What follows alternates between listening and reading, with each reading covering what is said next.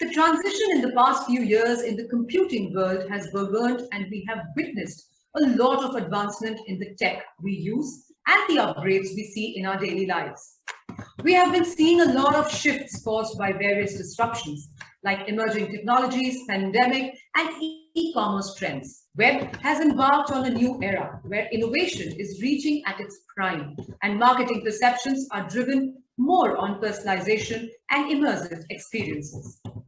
The term metaverse is rapidly gaining attention, especially around the new age marketers, for it offers a possibility of themes which zoom in upon the need of today's tech-savvy and experience-driven customer. It's no revelation that we are living in transitional stages with the developments being made in the web world, and we are moving into the Web 3.0. It is very exciting to perceive how Metaverse and Web 3.0 will fuse into using gaming and media landscape to give the marketeers of today the opportunity and consumers of today the close to touch and feel experience they seek. To seek more knowledge, we have our esteemed guest with us. But before that, I will just introduce the topic. The topic is Metaverse and Web 3.0. So without further ado, let's invite our first speaker. He is a professor of strategy and international business at Indian Institute of Management, Indore, India. He has PhD, 2 postgraduate degrees in management and international trade. He has around 75 research publications in national and international research journals, books including Harvard Business Review. He has provided customized training and consulting to Government of India, and foreign multinationals. He is a World Bank consultant and was lead consultant for the Autonomy and Strategic Planning Project. Please welcome Professor Dr. Prashant Salwan, please. Thank you, sir, for joining in.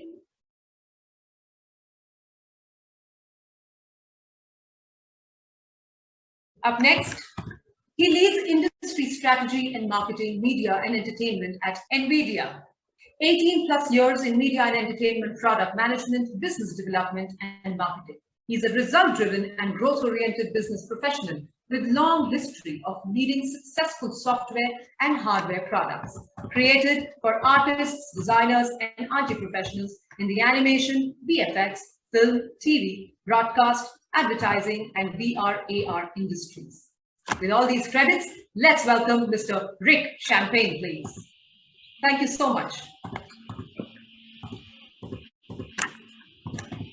Now it's time to invite our session moderator. He has corporate marketing at Larsen and Toubro Infotech. He's a member of NASSCOM's Special Interest Group for Sales and Marketing, a senior marketing professional with extensive experience in IT and telecom industry. He shows solid understanding of B2B marketing dynamics with exposure to marketing and sales operations, funnel and pipeline, reputation management, and stakeholder communication.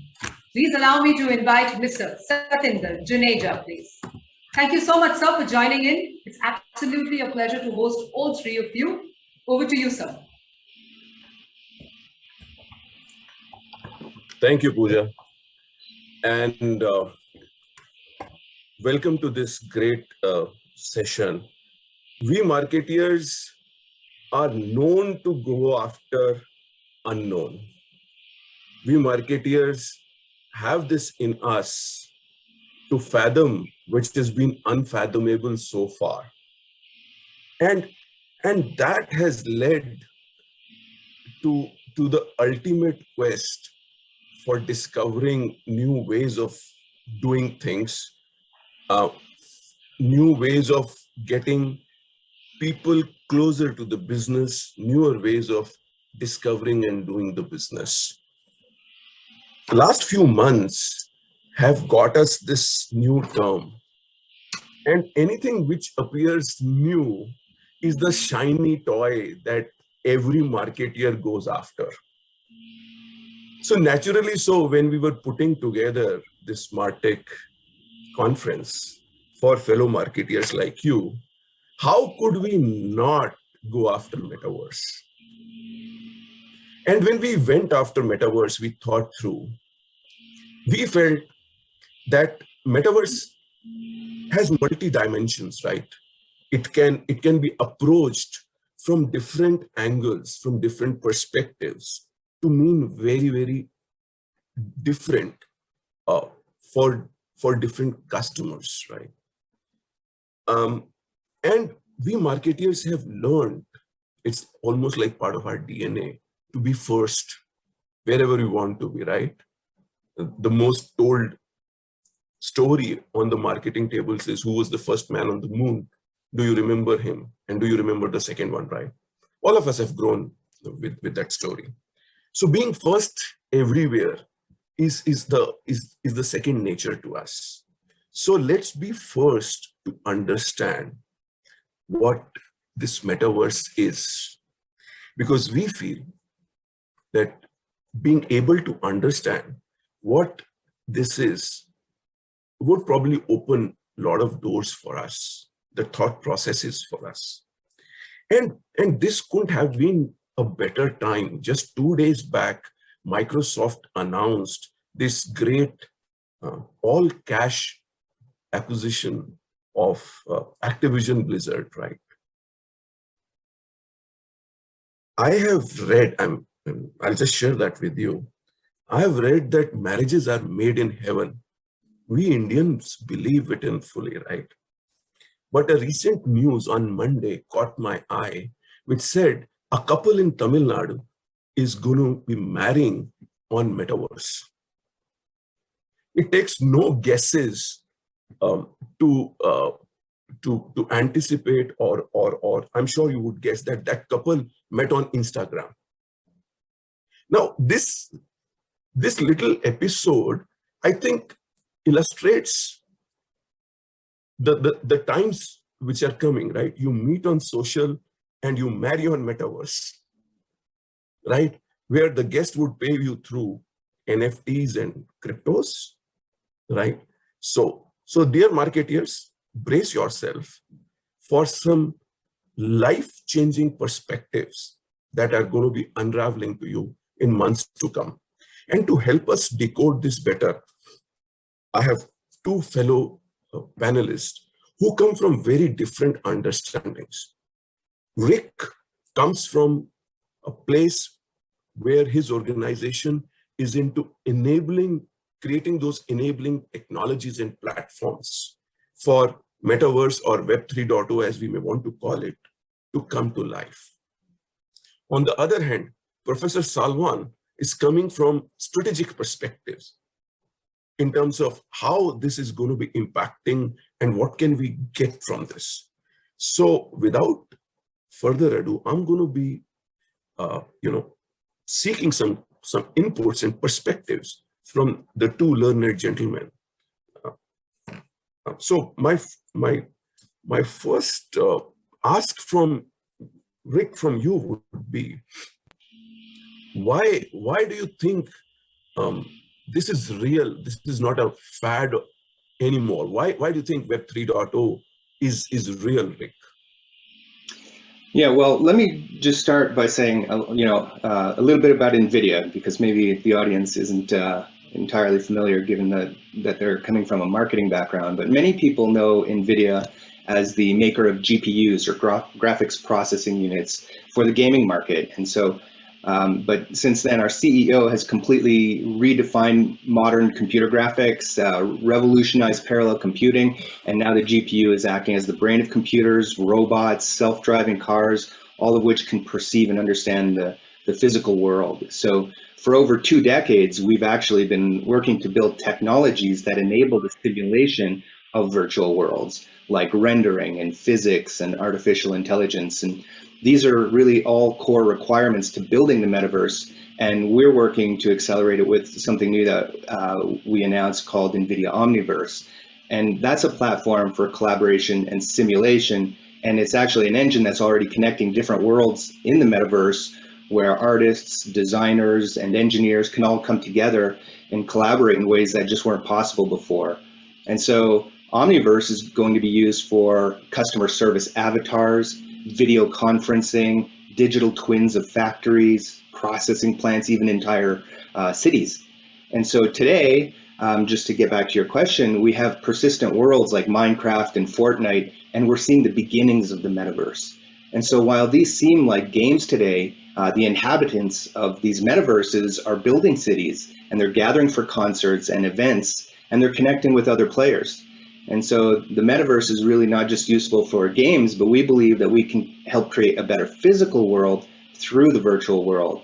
And so while we benefit from this broad metaverse momentum, Nvidia really has a tangible, intelligent, real-world solution for simulating these virtual worlds. And so, for example, you can train an autonomous vehicle on billions of hours of driving in the metaverse before transferring that learning to the physical world, or to a car in the physical world. You can train a robot to work in hazardous conditions in the metaverse, and then transfer that learning to a physical robot. So everything that would be made in the physical world will first need to be simulated hundreds of thousands of times virtually, and everything that moves will be autonomous, and everything that's autonomous will be made and taught in simulation. So these simulated worlds in Omniverse will help businesses reduce waste, increase operational efficiency. So really, the metaverse has a very practical business imperative, which is, another reason why it's not just about putting people inside a VR headset.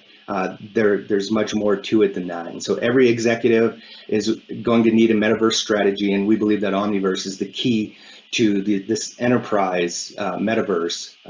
And so that kind of, another part of why it's so important.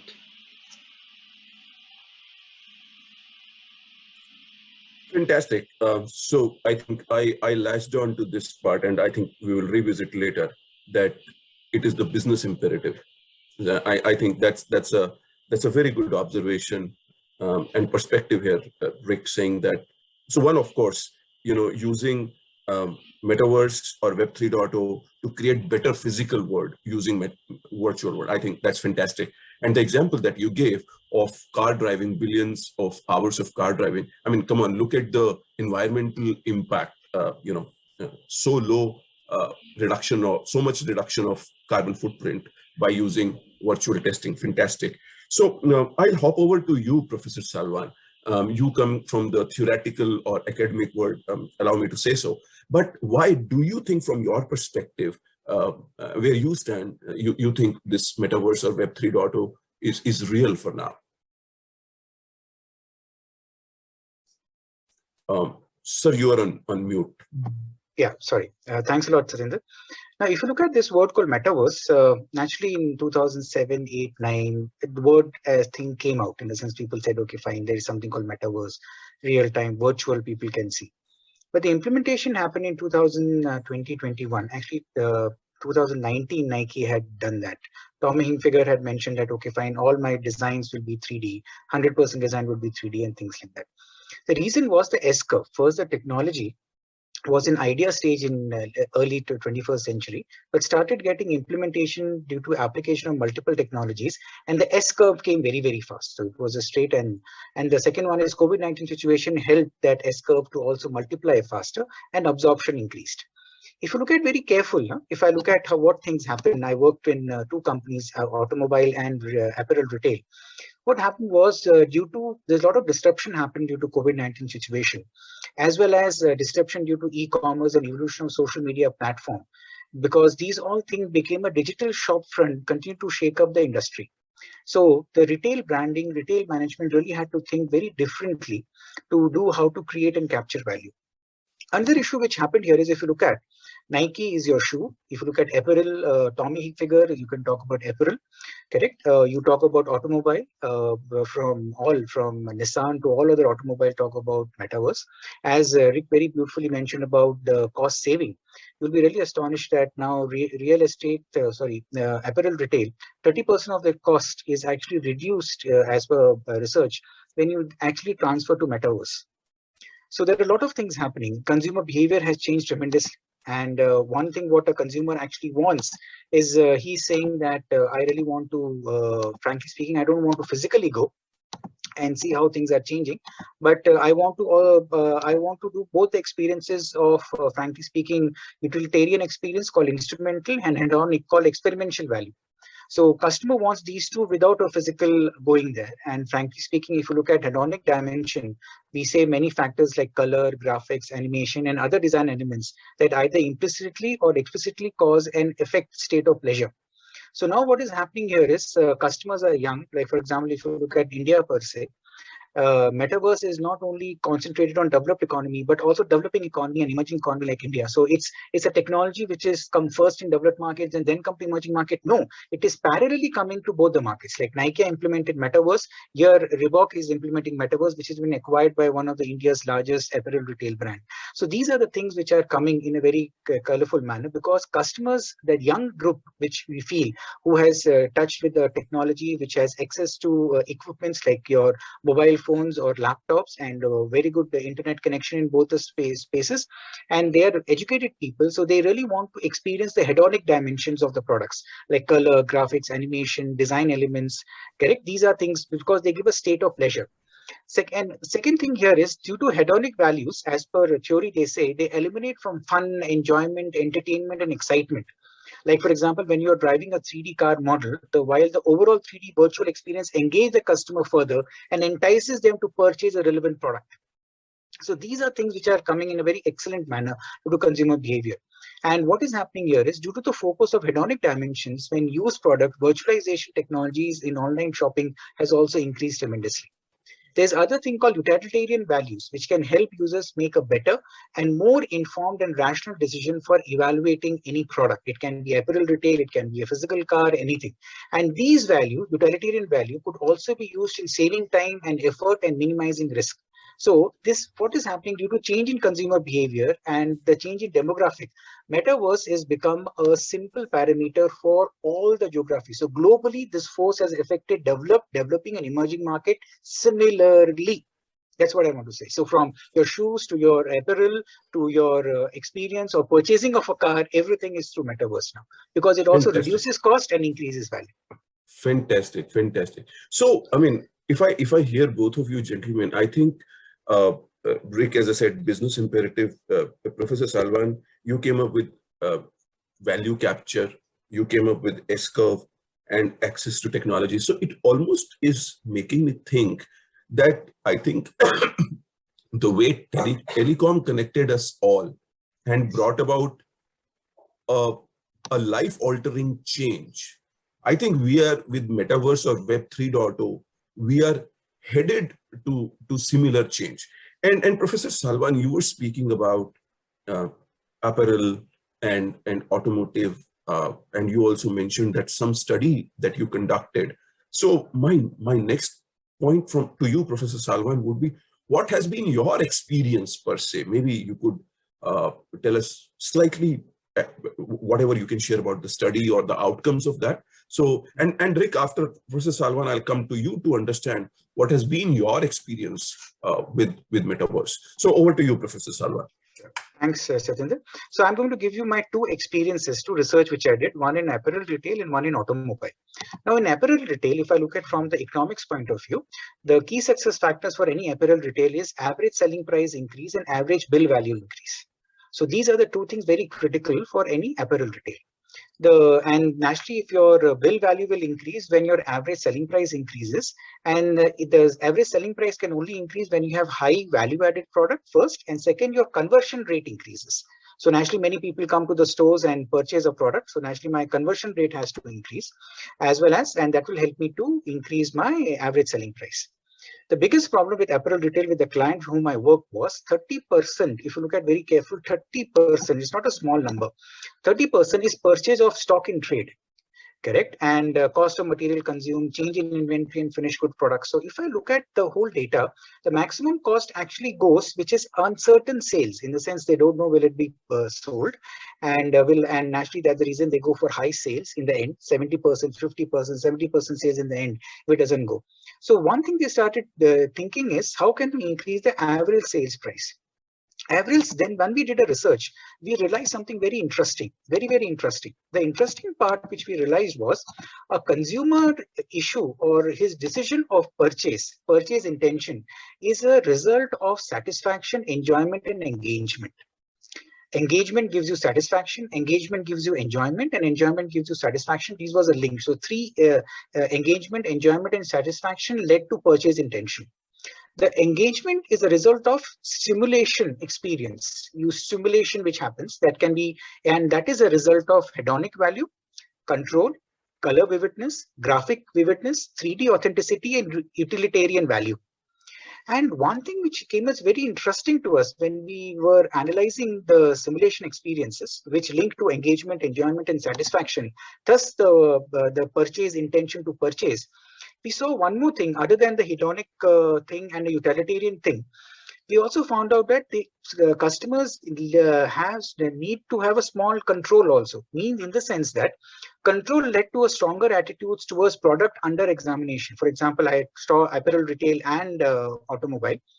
Control means the ability to modify the stimulus. Determinant refer to changes and modification of elements of products and services offered which results in a positive user reaction. So when you do a metaverse, frankly speaking, you can also change something. You can feel the experiences. You can add some colors and activity, which really makes the customer feel that he is in control.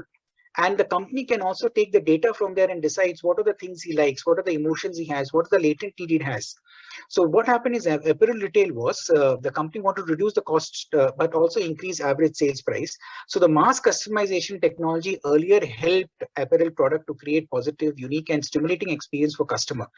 But what happened was, due to Metaverse, when we did a small trial, we realized it helped in creating of co-creation. Means co-creation of value can have not just marketing and customer relationship management implication, correct, but also inform innovation.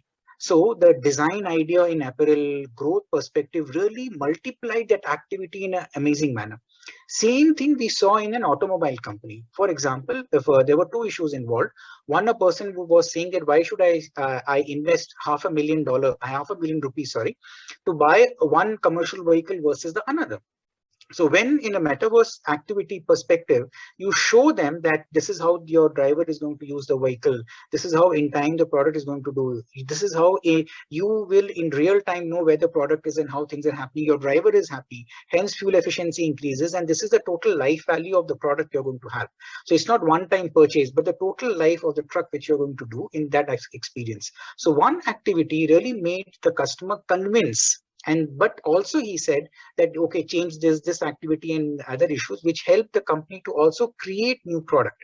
So not only innovation in design, but also when you look at innovation in selling type of activity, because as users can effectively feedback their ideas via stimulation, and naturally they have 6 determinants of user experience we found out. One is called control, color vividness, graphic vividness, authenticity, hedonic, and utilitarian values. So in both the parameters, one thing I realized was you can reduce the cost by 30%, but the value creation is awesome because you create a hold up with the client, you get input from the client, you co-create with him without investing a money from your pocket, because you are investing into a metaverse where you're actually getting input and latent need of the client. So these are the things which comes excellently well here.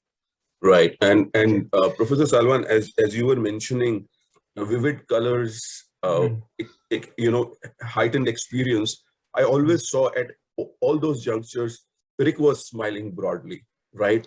Because when it comes to enriched graphics, vivid colors, I think that means, lot of more profits for Nvidia and a satisfied customer. But, that was in a lighter vein, Rick. But what has been your experience? You've been on the side of enabling technologies for Metaverse or Web 3.0. What has been your experience on that side? Yes, well, I mean, the internet changed businesses. We all know that. And social media changed how businesses interact with their customers. And the metaverse will also change how businesses connect people, places, and products while creating all new business opportunities for themselves. And just as an example, there are almost 3 billion gamers in the world, with 150 million more people gaming this year alone.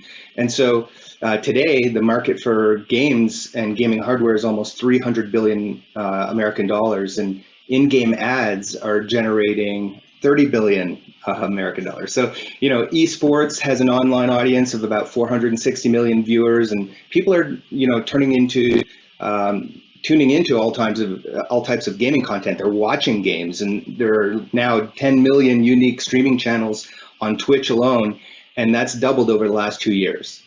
750 million people watching gaming content just watching it online in 2021. And so the gaming universe has been expanding into virtual worlds with their own economies. And a great example of this is Roblox has attracted 200 million monthly viewers. And they recently hosted a concert inside of Roblox in front of 33 million fans. And someone has even purchased a Gucci handbag inside of Roblox for about 300,000 rupees.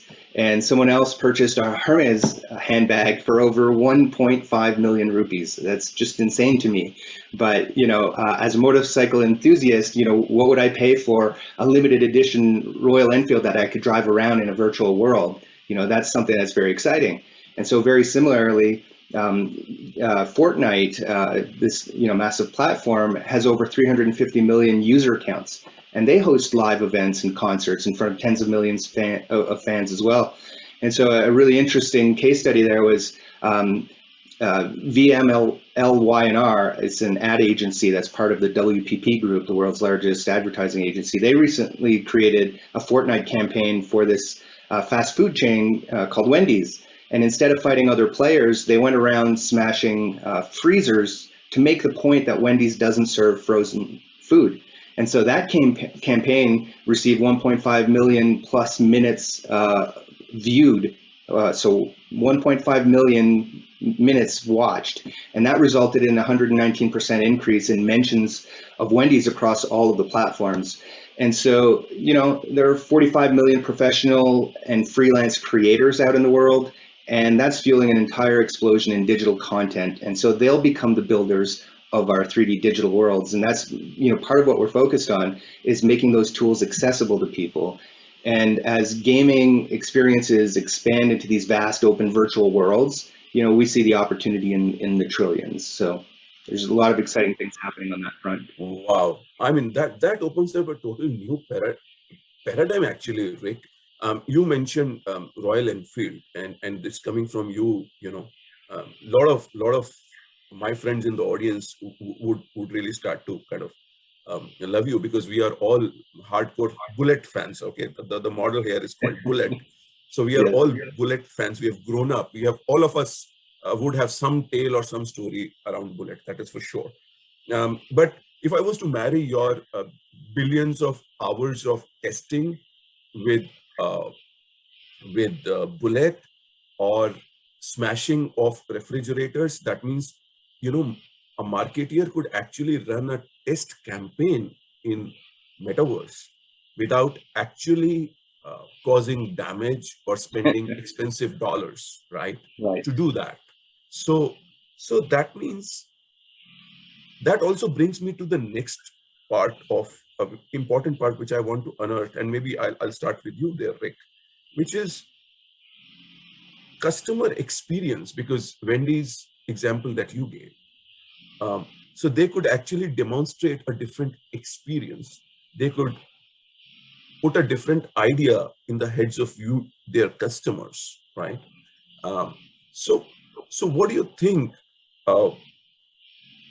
that the experience part, which is very dear to a marketeer, can get impacted using Metaverse? Would love to hear your thoughts on that. Yeah, I mean, it's very powerful, right? Because some of these technologies, and when you're creating an experience that's very targeted, it just has much more impact. And there's neuroscience research that has shown how impactful augmented reality, which is kind of connecting the virtual and physical world, how it can be used as a tool for engagement. And so the neuroscience research shows that there's about 95% increase in visual attention. People are more engaged with the content. It also has about a 70% uplift in memory encoding. So they remember what they've seen because they've experienced it and felt it. And it has about a 45% higher attention rate than video.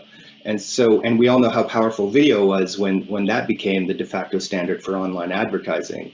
So there are lots of great experiential examples. So BT Sport, a British broadcaster, has an augmented reality app that has a feature called Stadium Experience, and it can project a portal in front of you with your phone, and you can walk through that doorway, and then you are now inside of the stadium. You can also project the stadium onto a table in your home or scale it up for the room that you're in.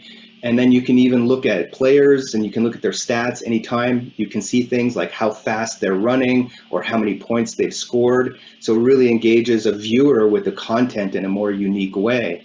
Sports broadcasters are also now able to dynamically change advertising on the boards. So if you're watching a cricket match in Mumbai, you may get a different ad than if you were watching it in London.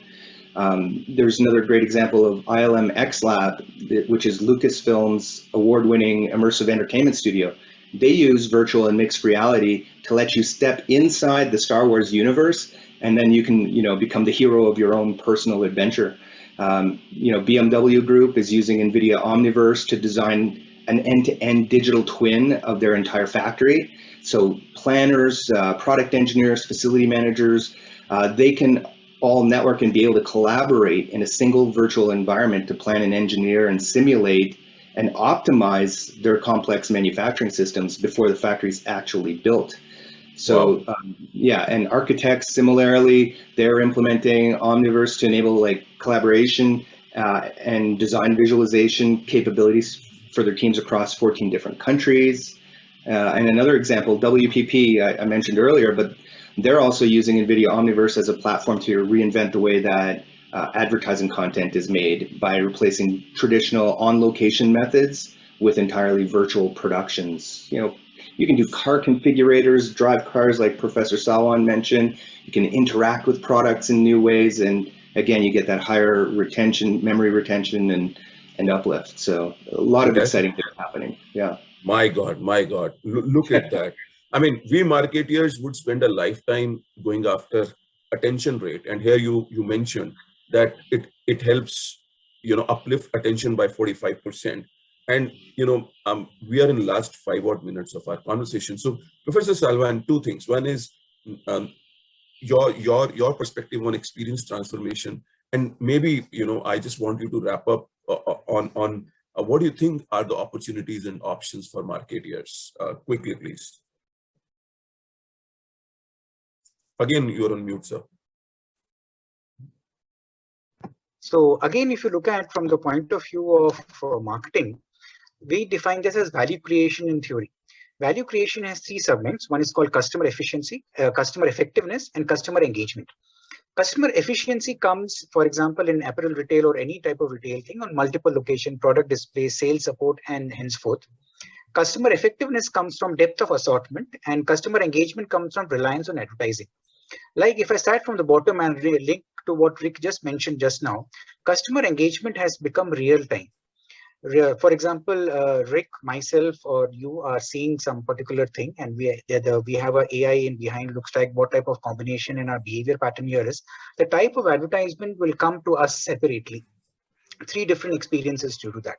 So without less money, you are actually focusing, customizing to the unit delta D level. That becomes more effectiveness in advertising. Customer effectiveness, depth of assortment. Now, frankly speaking, I'll give you a very nice thing. Now, many people say Metaverse is nothing but 3D, but no, it's not about 3-dimension viewing, but it's also about viewers being part of it. Like there are 3 things. One is the ability to control the relationship of one's sensors to the stimuli. Second is ability to modify the stimulus in order to provide a more vivid and stimulating experience. And lastly, the extent to which online sensory information approximates the real world stimulus. These 3 things are combined in Metaverse combines this in customer effectiveness, which gives you more in depth of assortment without having a physical assortment. So what happens, your cost reduces, but you are getting idea of having multiple products in the line and customizing it for the customer requirement, and which he's going to have a purchase intention and going to purchase the product. And customer efficiency, you don't require to be in multiple location, multiple product displays, sales support, and henceforth.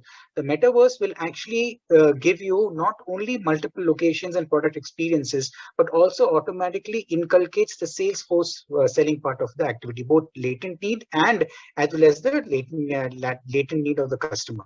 So customer efficiency, effectiveness, and engagement are enhanced by Metaverse, which not only reduces cost, but also differentiates the product for the company and increase the sustained competitive advantage. Wow. Yeah.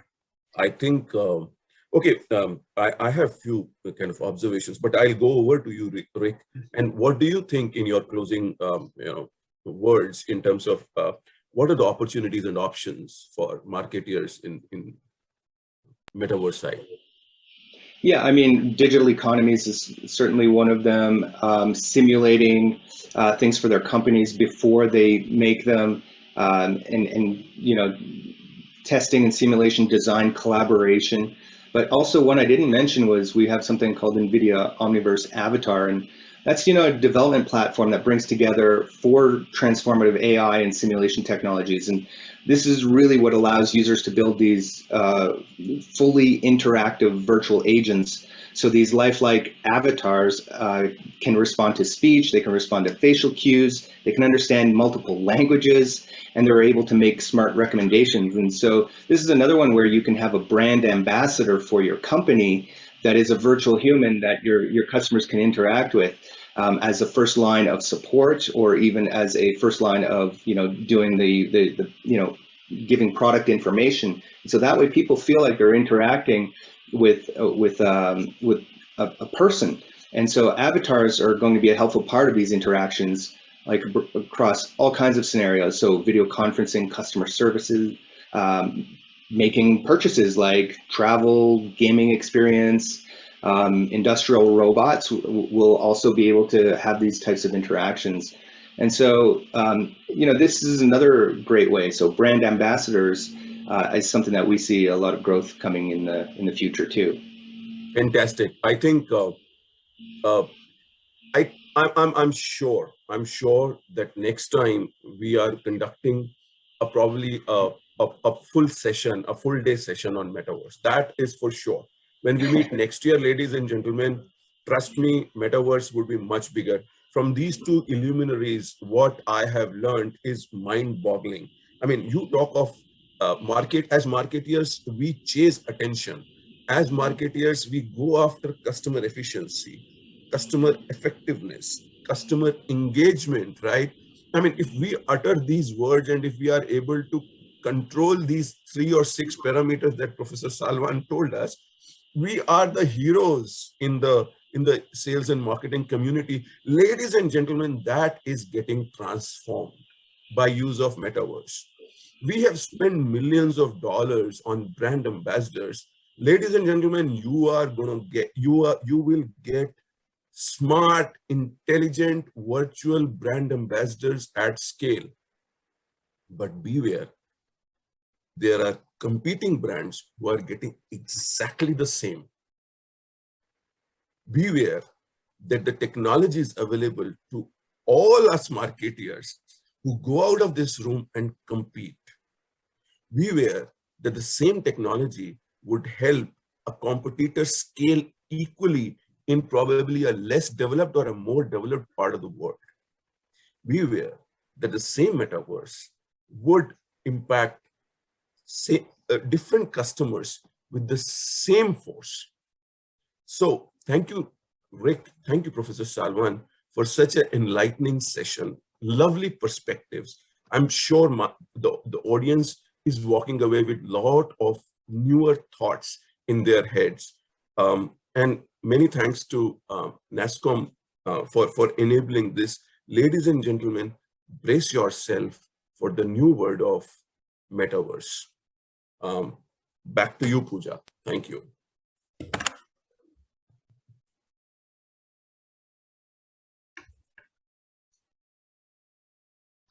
So I think the big word that comes to my mind is expansion.